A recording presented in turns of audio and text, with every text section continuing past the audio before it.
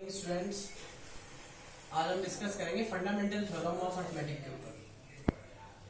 इसे बोला जाता है आधारभूत प्रमेय। जिस तरह से आपने यूक्लिड पढ़ी थी उसी तरह से एक थ्योरम और यूज होती है, इसको हमें थोड़ा सा नॉलेज होना चाहिए बस। थ्योरम ये कहता है कि every composite number can be express या factorise as a product of primes and this factorisation is unique. Simple way में ये कहना चाह रहा है कि कोई भी जो भाज्य संख्या होती है उसे प्रसारित किया जा सकता है उसके अभाज्य गुणनखंडों के रूप में, और ये जो गुणनखंड होते हैं वो अद्वितीय होते हैं। हर किसी नंबर का, एक तरह से मैं कहूँ, हम उसका टुकड़ों में विभाजित कर सकते हैं, और जो टुकड़ों में विभाजित करने के लिए जो नंबर हम काम में लेते हैं उसे हम प्राइम नंबर बोलते हैं। प्राइम नंबरों को ही इसकी फॉर्म में, प्राइम नंबर्स की फॉर्म में हम किसी भी नंबर के फैक्टर कर सकते हैं, टुकड़े कर सकते हैं। और इस थ्योरम को समझने के लिए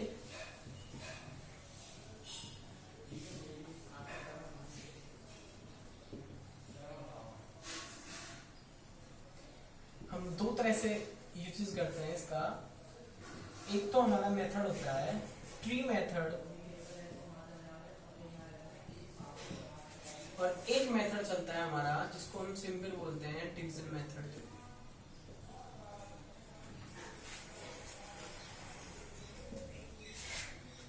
मैं आपको दोनों को बताना चाहूंगा। एक तरह से किसी भी नंबर के हमें टुकड़े करने हैं, मल्टीपल्स के रूप में टुकड़े करने हैं। तो जैसे कि मैं एक एग्जांपल ले लेता हूं, और एग्जांपल में हम लेके चल रहे हैं 48 को। इस 48 को मैं फैक्टराइज करूंगा। सबसे पहले हम ट्री मेथड की तरफ बातें करते हैं कि ट्री मेथड के अंदर कैसे यूज किया जाता है। तो जैसे कि ये 48 है, हम इन्हें लेग्स में डिवाइड करेंगे। सबसे पहले हमने इसको 2 से डिवाइड किया, तो 2 से डिवाइड करने के बाद हमें यहाँ पे कितना मिलता है 24।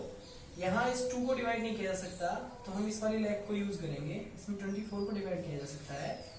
24 को 2 टाइम डिवाइड किया तो ये हमारा बन जाता है, यहाँ पे जब इसको डिवाइड करना तो हमें 12 मिलेगा। और फिर उसके बाद जब हम इस 2 को डिवाइड नहीं कर पाएंगे तो हम इस वाले 12 को डिवाइड करते हैं। फिर वापस हमारा 2 से जा रहा है। याद ये रखना है कि हमें प्राइम नंबर ही यूज करने हैं इसके अंदर। और यहाँ हमारा 12 6 टाइम जा रहा है, और फिर यहाँ हम 2 से डिवाइड कर रहे हैं 6 को, क्योंकि ये दूसरा वाला जो है 2 वो डिवाइड नहीं हो रहा है, तो यहाँ पे बन जाता है 3। और इससे आगे हम इसको किसी तरह से डिवाइड नहीं कर सकते, और जब इसको हम नहीं कर सकते हैं आगे ये 3 के अलावा किसी से डिवाइड नहीं जाएगा। तो यहाँ हम 48 को ट्री स्ट्रक्चर के थ्रू, या फिर यूँ कह दूँ एक जेनेटिक सिंबल के थ्रू से तोड़कर ब्रेक करके हमने 48 को मार्क किया है कि हम इसे किस तरह से इंडिकेट कर सकते हैं। और यहाँ पे हम उन ब्रैकेट्स को यूज करेंगे जिनके लेग्स नहीं है। तो हम देखते हैं 48 पे लेग्स हैं और यहाँ 2 पे लेग्स नहीं है। अब हम जैसे बताना चाहें 48 के फैक्टर हुए हैं, तो जिस पे लेग्स नहीं है वो इसके फैक्टराइजेशन में चले जाएंगे। 24 पे लेग्स है पर 2 पे नहीं है तो ये 2 भी चला जाएगा। 12 पे लेग्स है पर ये 2 पे नहीं है तो ये 2 भी काउंट होगा। और ऐसे ही 6 पे जो हम देखते हैं दोनों पे लेग्स हैं तो 6 काउंट नहीं करेंगे। और यहाँ 2 पे कोई लेग्स नहीं जा रहा और 3 पे नहीं जा रहा, तो इस तरह से 2 और 3 और बन जाते हैं। और खास बात है कि हमने प्राइम नंबर्स के थ्रू 48 को ब्रेक किया है।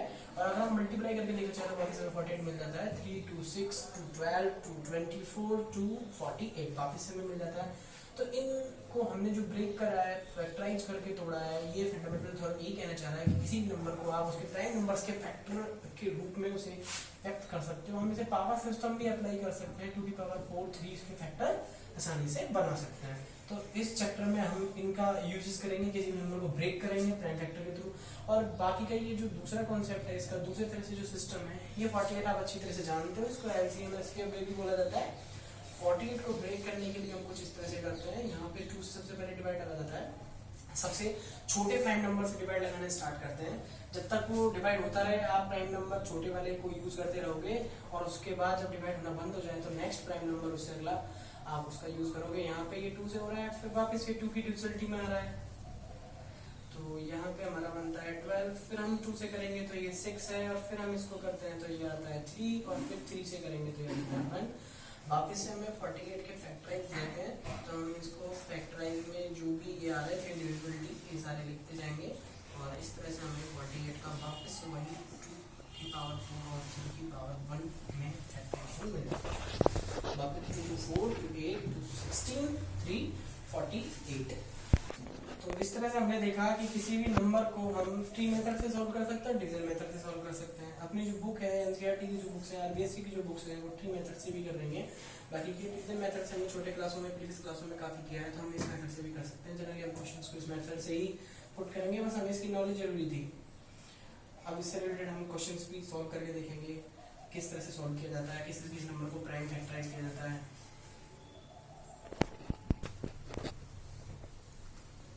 जो हमने फंडामेंटल थ्योरम को जैसे कि समझा था, तो हम नेक्स्ट एक्सरसाइज से रिलेटेड कुछ क्वेश्चन करके देखते हैं कि किस तरह से किसी भी नंबर को उसके प्राइम फैक्टर्स में हम कैलकुलेट कर सकते हैं। सबसे पहला जो हमारा क्वेश्चन है वो है 4 6 8। तो हम इसको फैक्टराइज करेंगे। सबसे पहले हम 4 6 8 को 2 से डिविजन करते हैं। 2 से डिविजन करने के बाद हमें 2 3 4 मिलता है। फिर वापस ये 2 से डिविजन है इसलिए हमने इसे 2 से डिवाइड किया तो हमें 117 मिला। फिर हम देखते हैं कि 117 है, उसमें जो डिजिट्स का सम है वो 9 आ रहा है। 9 3 से डिविजन है तो हमें पता लग जाता है नेक्स्ट प्राइम नंबर है, इसमें 2 का डिवाइड नहीं जा रहा, तो अब ये 3 से डिविजन होगा। 3 का डिवाइड करके देखते हैं तो ये 39 टाइम डिवाइड हो जाता है। और उसके बाद वापस हम 3 से डिवाइड करेंगे इसको तो ये 13 आ रहा है। और लास्ट हम देखते हैं कि अब ये ना तो 13 आपका 5 से है, ना 7 से है, ना ये आपका और किसी नंबर से हो रहा है, 11 से भी नहीं हो रहा है। और तो 13 से डिविजन होता है। 13 से डिवाइड करने के बाद हम इसको 1 टाइम लिख के एंड कर देंगे। तो 4 6 8 के प्राइम फैक्टर्स बने 2 मल्टीप्लाई 3 और ये 13। तो यहाँ पे 2 की पावर 2, 3 की पावर 2 और 13 इसका फैक्टराइज होगा। इन्हें प्राइम नंबर्स के थ्रू हम शो कर सकते हैं। इसी तरह हम सेकंड क्वेश्चन देखेंगे 20570, इसका कैलकुलेट करेंगे। और जब हम इसको कैलकुलेट करेंगे तो यहाँ क्या ये एक्सरसाइज से रिलेटेड ही क्वेश्चन है। तो देखो जब हम इसको कैलकुलेट करना चाहेंगे किस तरह से इसको ब्रेक करेंगे, फैक्टराइज करेंगे, तो सबसे पहले हमें 0 दिख रहा है इसलिए हम इसे 2 से डिवाइड करके देखेंगे। जब इसे 2 से डिवाइड करते हैं तो हम 2 1 0 2 टाइम और 8 5 इस तरह से जा रहा है। उसके बाद अब हम इसे देखते हैं तो ये 2 से डिवाइड नहीं होगा, यहाँ 5 की रिजल्ट लग रही है। 5 से डिवाइड करके देखेंगे, 5 से डिवाइड करेंगे तो 2 टाइम और फिर यहाँ 0 5 टाइम और ये 7 टाइम। अब यहाँ हम देखते हैं तो ये अब 5 to 7 7 14, ये अब ये आपका 5 से नहीं जा रहा और ना 3 से जा रहा है ना। तो अब इसे हम 11 से डिवाइड करके देखेंगे, 7 से डिवाइड करके देखेंगे, 7 का नहीं जाता इसमें तो 11 का डिवाइड करेंगे। 11 का किया तो ये 1 टाइम, फिर 9 मिलता है तो 8 टाइम और फिर ये 7, फिर ये 11 का जा रहा है 1 टाइम, 7 बचा तो यहाँ पे ये फिर 7 और लास्ट में हमारा ये जा रहा है 17 से। तो हम 20570 को किस तरह से एक्सप्लेन कर सकते हैं, 2 × 5 × 11 और ये 17 पावर सिस्टम के अकॉर्डिंग यहाँ 11 2 टाइम है तो पावर लग गया उस पर 2 और ये इस तरह से हम अपने जो 20570 को एक्सप्लेन कर सकते हैं, प्राइम फैक्टर्स के रूप में उसे व्यक्त कर सकते हैं। नेक्स्ट हमारा जो कॉन्सेप्ट है वो है HCF, इसे GCF भी बोला जाता है और हिंदी में बोलते हैं इसे मैसेज। HCF का फुल फॉर्म होता है हाईएस्ट कॉमन फैक्टर या फिर बोलते हैं ग्रेटेस्ट कॉमन फैक्टर। और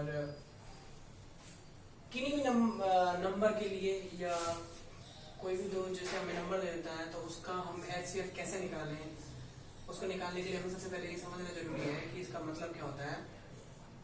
जब भी कोई आपको नंबर दे दी जाते हैं, कोई नंबर हो तो आप उसके अंदर smallest power of the common factors, आप सबसे पहले उनके प्राइम फैक्टर निकालोगे नंबर्स के, और प्राइम फैक्टर को निकालने के बाद यानी अभाज्य गुणनखंड निकालोगे और अभाज्य गुणनखंड को निकाल करके आप दोनों जैसे कि 2 नंबर दे रखे तो दोनों नंबरों में ये देखोगे कि आपके पास कॉमन प्राइम फैक्टर कौन कौन से है, और कॉमन प्राइम फैक्टर को जज करने के बाद आप स्मॉलेस्ट पावर का यूज करोगे। उन कॉमन फैक्टर में कौन सी स्मॉलेस्ट पावर है उसका यूज करके आप आसानी से HCF निकाल सकते हैं। जैसे कि मैं आपको एक एग्जांपल देना चाहूँगा, जैसे कि मान लो हमारे पास एक नंबर है 6 और एक दूसरा और नंबर है हमारे पास जिसको यहाँ बोला गया है 18। अब इन दोनों को हमें एचसीएफ निकालना है, तो सबसे पहले आपको 6 के प्राइम फैक्टर निकालने पड़ेंगे। और हम देखते हैं कि जब हम 6 का प्राइम फैक्टर निकालते हैं तो 2 × 3 आता है, और 18 का भी, तो 18 का हम जानते हैं कि हमारे पास आएगा 2 × 3 यानी 2 × 3 की पावर 2। तो HCF क्या कहता है, HCF ऑफ 6 और 18 का HCF कहता है कि आप पहले देखो कौन कौन से नंबर इसके अंदर दोनों में काम में आ रहे हैं, कॉमन कौन कौन से। हमने देखा 2 इसके पास भी है, इसके पास भी है, 3 इसके पास भी है, इसके पास भी है, तो आप लिख सकते हो 2 और 3 इनमें कॉमन नंबर काम में आ रहा है। कॉमन नंबर काम में आने के बाद आप ये देखोगे कि उन कॉमन प्राइम फैक्टर्स में स्मॉलेस्ट पावर कौन से वाले नंबर के पास है, और हम देखते हैं कि 2 दोनों पे 1 पावर है स्मॉलेस्ट, तो हम 2 की पावर 1 ले लेंगे। पर यहाँ देखते हैं हम 3, इस पे तो 1 पावर है और इस पे 3 की पावर 2 है, जबकि हमारा कॉन्सेप्ट ऐसे यूं कह रहा है कि आपको कॉमन प्राइम फैक्टर की स्मॉलेस्ट पावर लेनी है, तो हम इस वाली को लेंगे, इस पे 3 की पावर 1 है, और जो हमारा आंसर है वो हमारा क्या निकल के आ जाता है, 6 निकल के आ जाता है। इसी तरह से एक दूसरे कॉन्सेप्ट चलता है LCM, ये आप पहले भी निकाल चुके हो, प्रीवियस बहुत छोटे क्लासों में भी आपने निकाला होगा। इसको बोलते हैं रेसिपे, मतलब होता है इसका least common multiple. Least common multiple इसमें थोड़ा उल्टा है, इसमें क्या है कि हमें greatest power of each prime factor, हमें सबसे पहले किसी भी नंबर के प्राइम फैक्टर निकालने पड़ेंगे, और उन प्राइम फैक्टर्स में जो हाईएस्ट पावर होगी हम उसको यूज करेंगे। जैसे कि मैं प्रीवियस क्वेश्चन का ही बता दूं, 6 के हमारे पास फैक्टर 2 3 आए, और 18 के आए हमारे पास 2 की पावर 1 और 3 की पावर 2।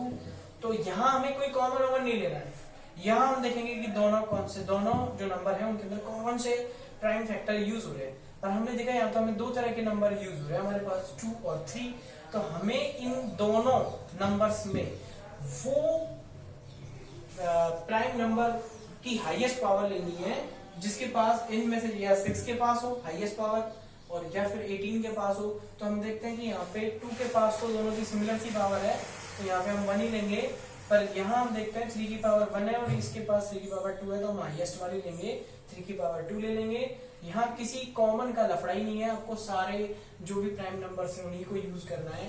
तो हमारा जो आंसर बन के आता है इसमें से 2 × 9 यानी क्या आ जाता है हमारे पास, LCM इसका 18 आ जाता है। इसी तरह से हम कुछ प्रॉब्लम्स लेते हैं इनको समझने के लिए, जैसे कि 12, 15, 21 जरूरी नहीं है 2 नंबरों के लिए ही ऐसा आए क्वेश्चन, आपसे 3 नंबर भी दे सकते हैं। बहुत ही अच्छे क्वेश्चन है, छोटे क्वेश्चन है और बोर्ड एग्जाम में आने लायक क्वेश्चन है। जैसे कि हम 12 का प्राइम फैक्टर करके देखते हैं, आप रफ में प्राइम फैक्टर करके देख सकते हैं, जैसे कि मैं करके बताता हूँ 2 का, तो ये 6 टाइम, फिर 2 से फिर ये 3 और फिर ये 1, तो हमने देखा 2 की पावर 2 और मल्टीप्लाई में क्या आ गया, 3 आ गया।